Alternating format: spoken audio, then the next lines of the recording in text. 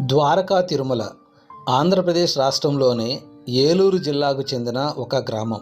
ఇక్కడ శ్రీ వెంకటేశ్వర స్వామి వారి ఆలయం ఉంది. ఇది పూర్తి సౌకర్యాలతో కూడిన దివ్య పుణ్యక్షేత్రం. స్థల పురాణం ప్రకారం ఈ క్షేత్రం రాముని తండ్రి దశరథ మహారాజు కాలం నాటిదని భావిస్తారు.